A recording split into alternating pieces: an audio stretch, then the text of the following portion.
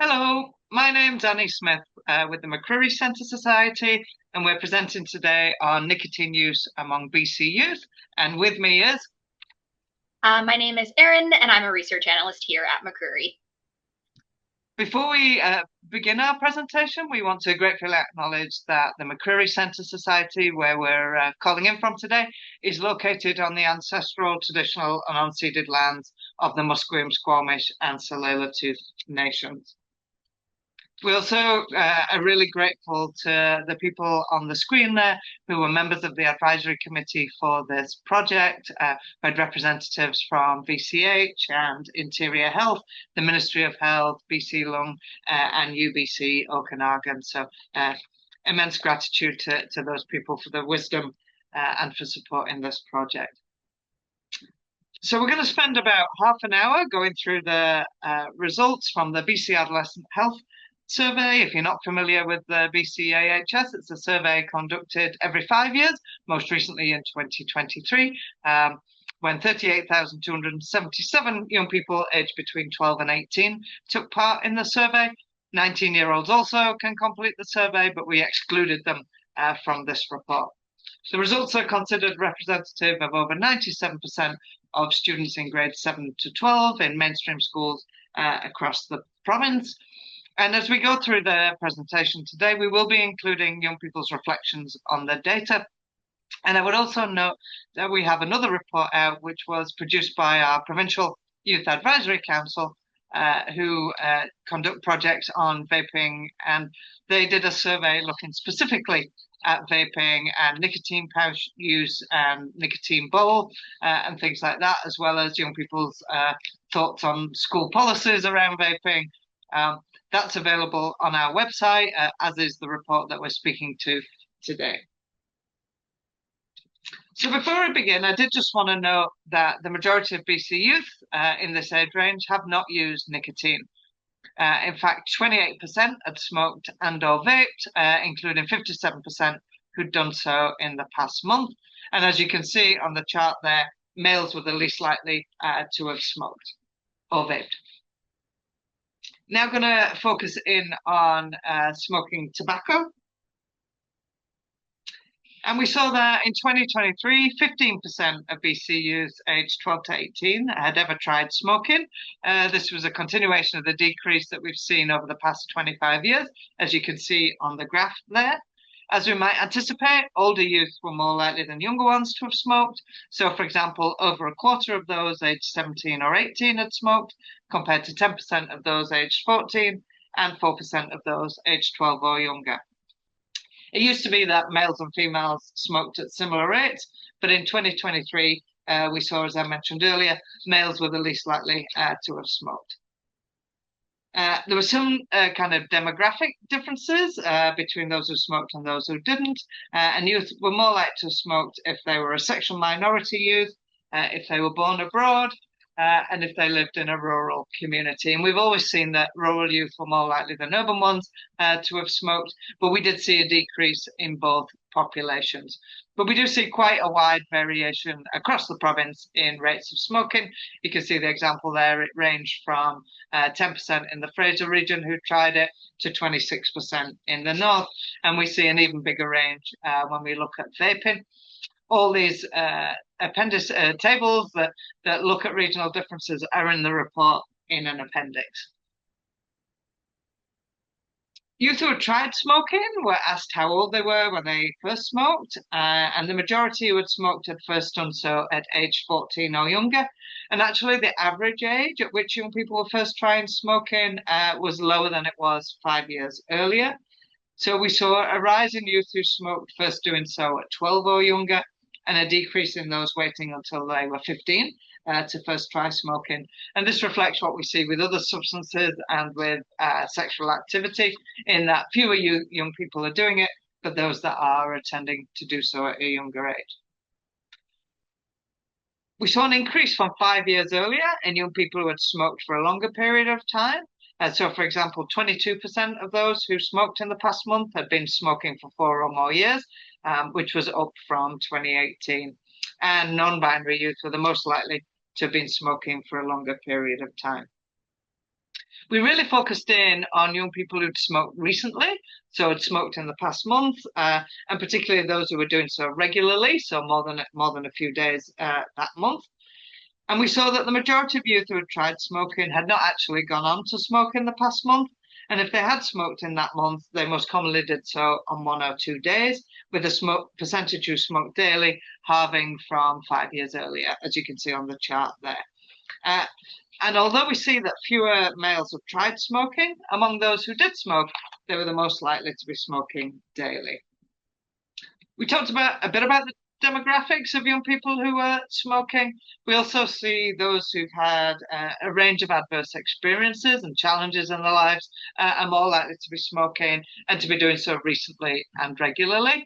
So that includes experiences of foster care and group homes and other types of government care. Young people who've been physically or sexually abused also more likely to be smoking recently and regularly. If they experience homelessness or other types of housing instability, if they've experienced bullying or bereavement, if they're dealing with mental health challenges, and also if they report poor stress management skills, if they had an eating disorder, if they were working 21 or more hours a week, and if they were living in poverty, such as experiencing material deprivation and food insecurity. The pattern of young people who vaped regularly as well looks very similar to those who smoked. And Erin's now going to get into vaping in a bit more detail now. I will just note that we don't have the trends going back for as long that we do with smoking, because vaping's a much more recent nicotine product. Thanks, Annie. So just over a quarter of BC youth had tried vaping, and youth were more likely to have tried vaping than they were to have tried smoking, 26% versus 15%. Vaping looked similar to smoking in that older youth were more likely than younger youth to have vaped, and also like smoking, males were the least likely to have vaped. While youth who identified as a sexual minority were more likely than straight youth, and those born in Canada were more likely than those born abroad. Regional differences also mirrored the pattern seen for smoking, with higher rates of trying vaping among youth in rural areas and in the north, as you can see on the chart. Youth who had tried vaping were asked how old they were when they vaped for the first time, and the average age youth first vaped was lower than the average age for first smoking. The majority of youth who vaped in the past month have been vaping for at least 2 years, including over a quarter who have been vaping for 4 or more years. Unlike smoking, where the majority who had tried it had not gone on to smoke recently, the majority of youth who had tried vaping had vaped in the past month, 57%. When it came to daily tobacco smoking, males were twice as likely as females to have done so. Meanwhile, for daily vaping, there were no gender differences. Among those who vaped daily in the past month, 3/4 had their first vape within 30 minutes of waking up. And this really shows the addictive qualities of vaping. Many of the same risk factors that were associated with an increased likelihood of smoking recently and regularly were also associated with recent and regular vaping.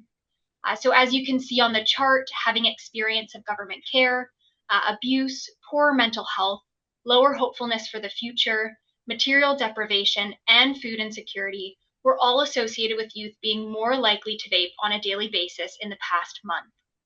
Daily vaping was also more common among those who vaped from a young age and for a longer time. Youth were not asked whether their smoking had reached a point where they needed help. However, among youth who had vaped, almost 1 in 5, 19%, reported they had reached a point in the past year where they needed help for their vaping. Females who had vaped were more likely than males who had vaped to report that they needed help for their vaping in the past year. And as you can see on the chart, the more days youth vaped in the past month, the more likely they were to report needing help for their vaping in the past year. Youth who reviewed the data provided insights into some of the reasons youth are vaping. Youth commented on how some young people are pressured by their peers to start vaping. They wanted to look cool. They vaped to cope with their struggles, such as mental health or substance use challenges. and also to relax. All youth who answered the BC AHS were asked about their use of different nicotine-related products in the month before they took the survey. Overall, 18% had used a nicotine product in the past month, with females and non-binary youth more likely to have done so than males. This decreased to 7% when vapes were excluded, and you can see that compared to 5 and 10 years earlier, they were less likely to use cigarettes, cigars/cigarillos, chewing tobacco, and a hookah. Cigarettes remain the most popular tobacco product among BC youth, and particularly among older youth, as you can see on the chart. Overall, 6% had smoked cigarettes in the past month, with non-binary youth the most likely and males the least likely. The majority of those who smoked cigarettes in the past month had exclusively used cigarettes. Fewer BC youth had used the other tobacco products they were asked about in the past month. So 2% had smoked cigars/cigarillos, 1% had used chewing tobacco, and 1% had used a hookah. Males and non-binary youth were more likely than females to have smoked cigars/cigarillos and used chewing tobacco in the past month. And youth who smoked cigars/cigarillos, used chewing tobacco, or a hookah commonly did so in combination with cigarettes. For example, 64% of those who used chewing tobacco in the past month had also smoked cigarettes in that time. The BC AHS asked youth specifically if they had used a product to help them stop vaping, as well as if they had used a product other than vapes to help them stop smoking. In the past month, 7% of youth who had vaped in that time used a product to help them stop, and 1 in 10 of those who smoked in that time had used a product to help them stop, excluding vapes.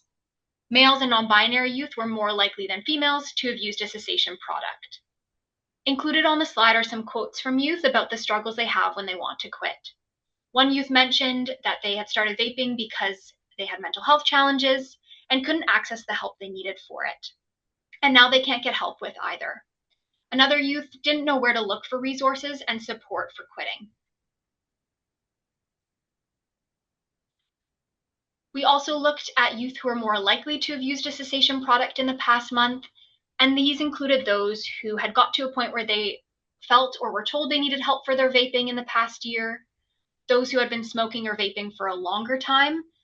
So among those who smoked, 10% who had been smoking for at least 4 years had used a product to help them quit in the past month, compared to 5% of those who've been smoking for less than a year.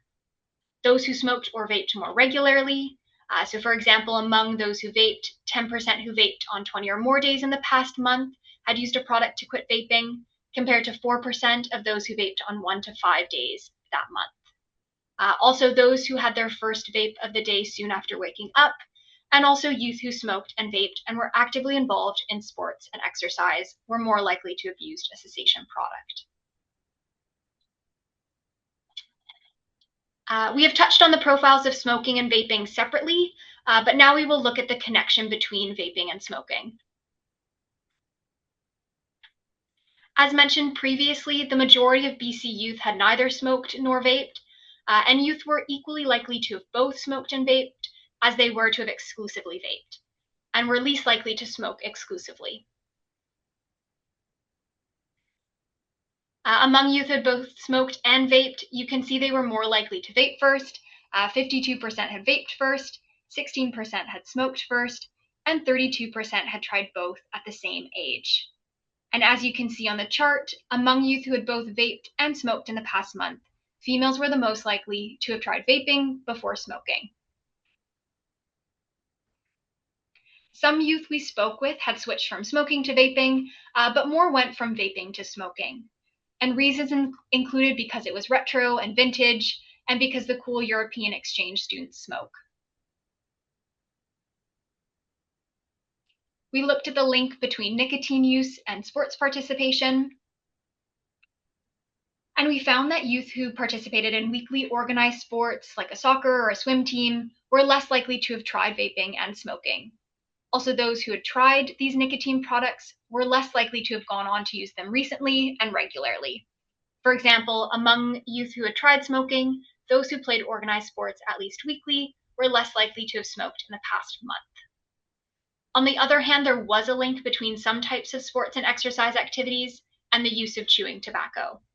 And as you can see in the example on the graph, youth who participated in extreme sports, things like backcountry skiing or BMX, were more likely to have used chewing tobacco in the past month, with those participating 4 or more times being the most likely.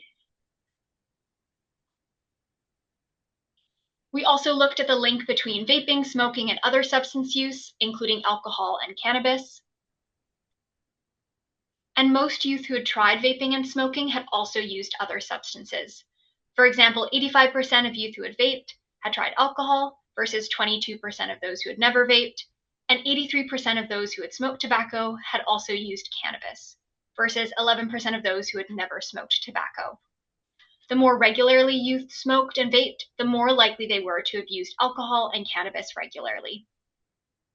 We wanted to see which came first among those who smoked, vaped, and used alcohol and cannabis, and we found that most youth who had tried alcohol had done so before they vaped and smoked, whereas cannabis use commonly came before smoking, but not vaping. For example, among youth who had tried vaping and cannabis, 48% vaped first and 13% tried cannabis first, with the remainder doing both at the same age. We do have a report called Blunt Talk 3, which looks into more detail at cannabis use, and you can find that report on our website. Having looked at prevalence rates, who is more likely to vape and smoke, the products used, and the connection to other substances and to sports, we looked at potential health risks associated with regular vaping and smoking. There was a link between smoking and vaping and school interruptions, so the more regularly youth vaped or smoked in the past month, the more likely they were to have missed school that month, and specifically to have missed classes due to mental health challenges and because they were skipping school. We hear a lot from youth about being suspended for vaping, and we did find that youth who smoked and or vaped in the past month were more likely to have been suspended from school during that time. And the more days they vaped in the past month, the more likely they were to have been suspended. Other health risks that we looked at and that were associated with regular smoking and vaping included health challenges such as poor health ratings and inadequate sleep, reduced access to health care, including dental visits. For example, 57% who smoked daily had been to the dentist in the past year, compared to 70% of those who smoked on 10 to 19 days, and 81% of those who had not smoked in the past month. And the more regularly youth vaped or smoked in the past month, the more likely they were to have missed meals in the past week. Then we finished off by looking at the protective factors that were associated with a reduced likelihood that youth would try vaping and smoking, and if they had tried these, that they would go on to use them recently and regularly.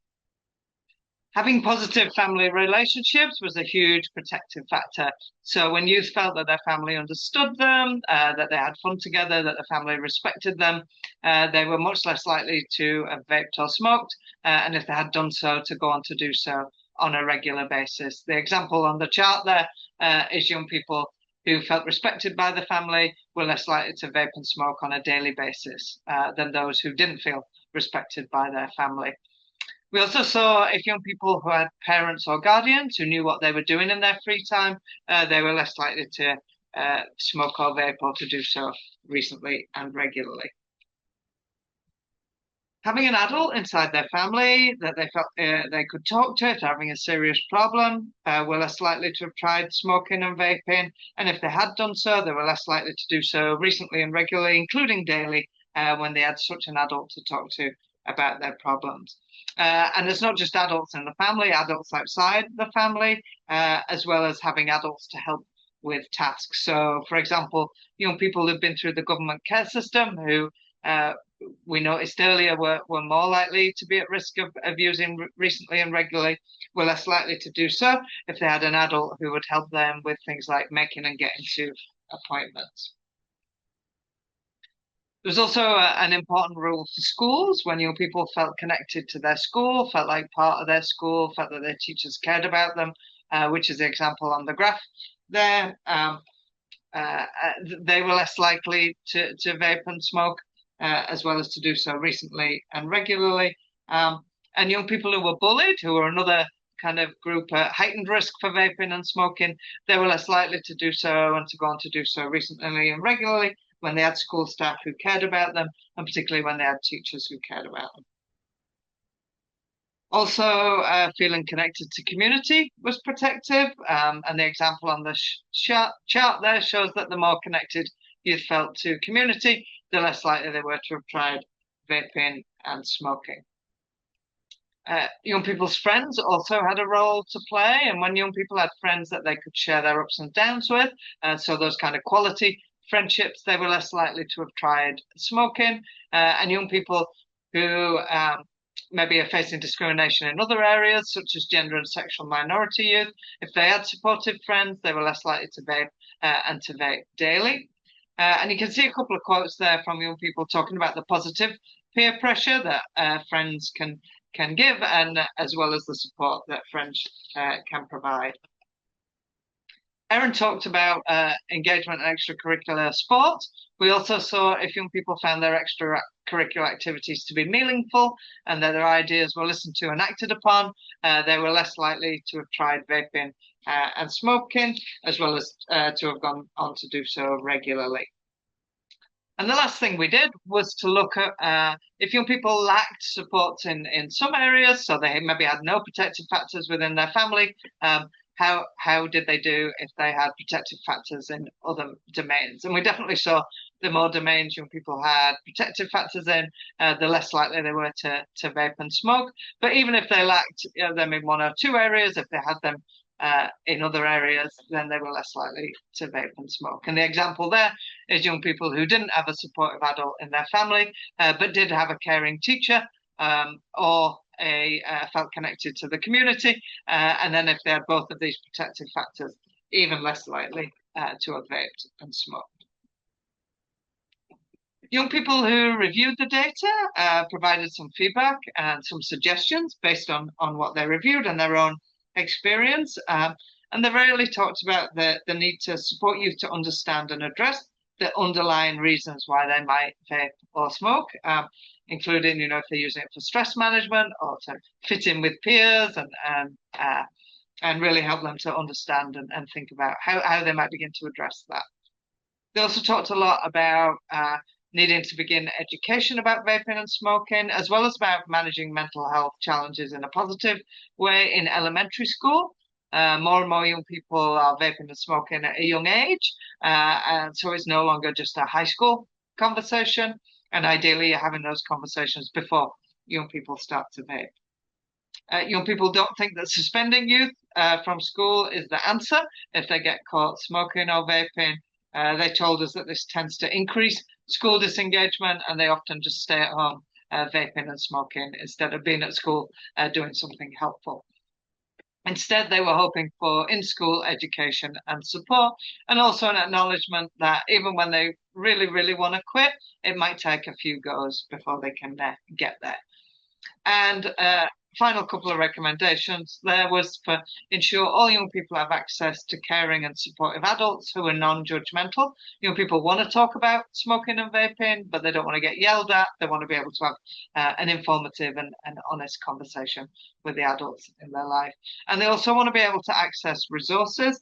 We heard a lot about young people getting very confusing and different advice across the province in terms of kind of what they could access, cessation products, services available, things like that. So young people really wanted to know about that. So in summary, the report tells us that most young people have not smoked or vaped, and there's a decrease from previous years in young people who have tried smoking. But we do see that those who have are doing so at a younger age, and that it looks like they're potentially vaping and then going on to smoke. A greater percentage of youth had vaped than had smoked, and we saw some young people at greater risk of smoking and vaping regularly, particularly those who are experiencing adverse experiences in their life. Most young people who vape daily did so within 30 minutes of waking up. And we also identified some of the health and well-being risks that were associated with nicotine use, and the link to kind of things like missing school as well. We do see a relatively low take-up of cessation products and young people's ability to access those. And finally, we identified protective factors and the role that kind of families and school and community can play in reducing the risk of young people vaping and smoking. And if they have tried it, that they'll go on to use it recently and regularly. So the report that we've just been discussing is available on the McCreary website. There's also some resources to go along with it. There's a poster for youth, which is the vertical one there, which was devised by our Youth Advisory Council, and share some information that they thought it was important for other youth to know, along with some of their favourite resources for quitting. And then we also have some regional profile posters which are available, and the report itself contains tables which do a lot of regional comparisons in